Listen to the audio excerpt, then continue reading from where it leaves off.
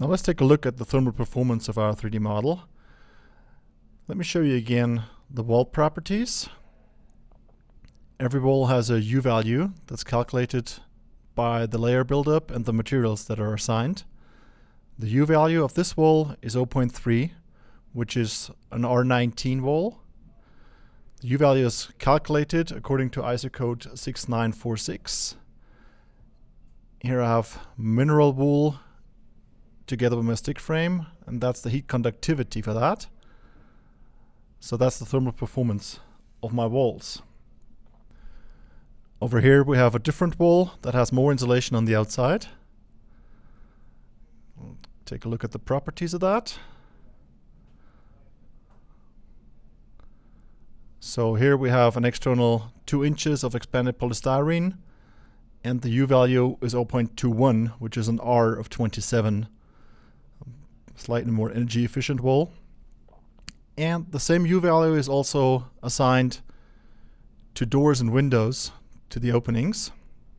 Here we have the U value 1.2 and the G value for energy transmittance, solar energy, that comes in through the window.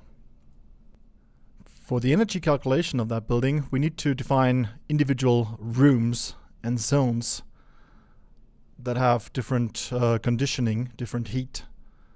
So I'll just create a couple of rooms. Actually, I already did that. I'll just put them in from the display filter.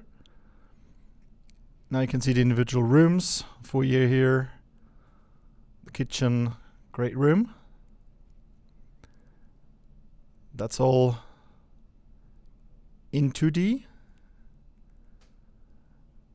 But there's also a 3-dimensional side to it that gives me the air volume of each individual room. And together with the air volume, the energy that's heated, that's stored inside that volume. So that's the blocks that represent the volume of each room. There's the staircase winding up, so that goes up to 2nd floor level. Over here, garage, office,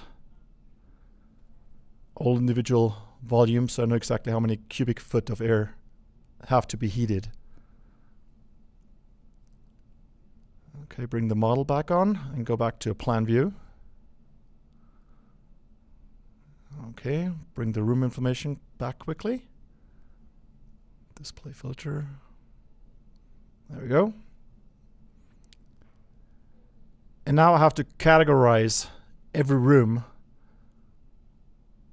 according to its energy performance. So this is a residential building, and here I have heated or non-heated rooms, and I can just assign rooms to be heated or non-heated. Just click at the boxes. That's the great room, the kitchen, the butler's pantry, dining room, stair hall, pantry. Like that, I just go through the entire building, go to the next floor, and assign what rooms are heated or non-heated. Residential, non-residential makes a big difference because residential buildings usually are one zone, and non-residential have individual zones with different temperature levels. Now, the model that we have here, we transfer all that information into a gbXML format. Transfer the building. And first of all, we compile all the information and show that on the screen. So I'll go through step by step. This is the zones, the heated areas of my building. So you can see the red, the garage is missing, is not heated. That's the construction footprint. That's the walls for 1st and 2nd floor and the roof areas. So you can see how the individual zones are split up and the walls are considered heated space. There's the net ground area where all the walls are taken out. Also that information is necessary for the gbXML file. The grow area, that pretty much represents the entire area of the heated volume, the footprint. Then we come back to the room volumes. That's the airspace used by 1st and 2nd floor, without the walls and with the walls. So depending on construction. Then we have our thermal envelope. Here's the foundation bits and pieces coming together to an entire concrete slab. Then we have the ceilings limiting the building to the top. Again, every room has its own heated ceiling. There's the staircase. We have a big gap in the ceiling.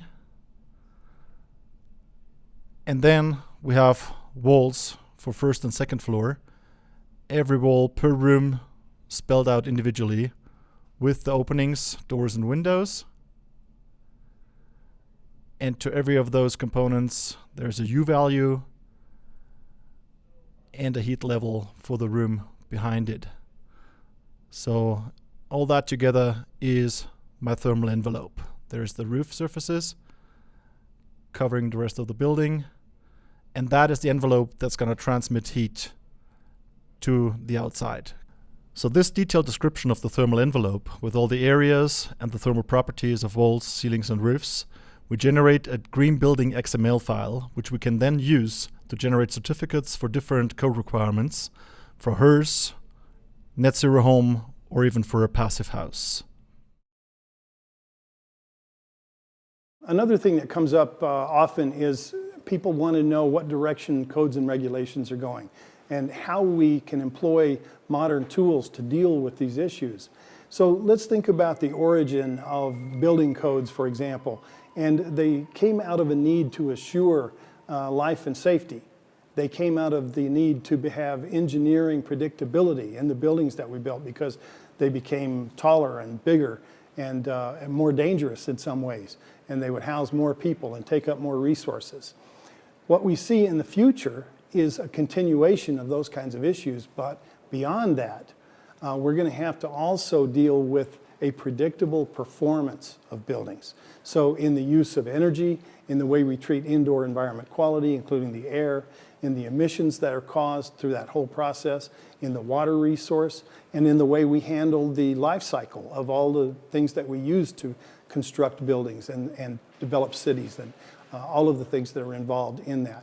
So tools that are really necessary for the future of the built environment that will help designers and engineers and builders to give us results that we can depend on and that will have less negative impact on the natural world, like Dietrich software, for example, gives us the ability to assure the performance of the built environment, and not just from a safety standpoint, but in all of the ongoing operation and occupancy of buildings.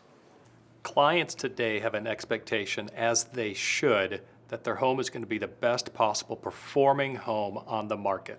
And they want options, they should expect choices, and we try to give them those choices. So when you're evaluating a window selection or perhaps an insulation specification, and you're discussing those pros and cons with the client, they want to know what the performance difference is between, let's say, a BATS insulation or an open cell spray foam, or when you get technical with a client, you talk to them about a U value rating on this window that's double pane versus a triple pane window that has this U value.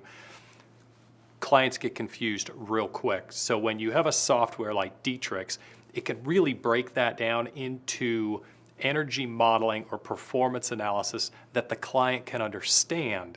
So you can show them a model of a home that has a baseline specification with this type of window and this type of insulation, and then you can give them the option of an upgraded window or an upgraded insulation package, and then lay out to them in plain terms what that performance difference will be. That's the beauty of Dietrich's.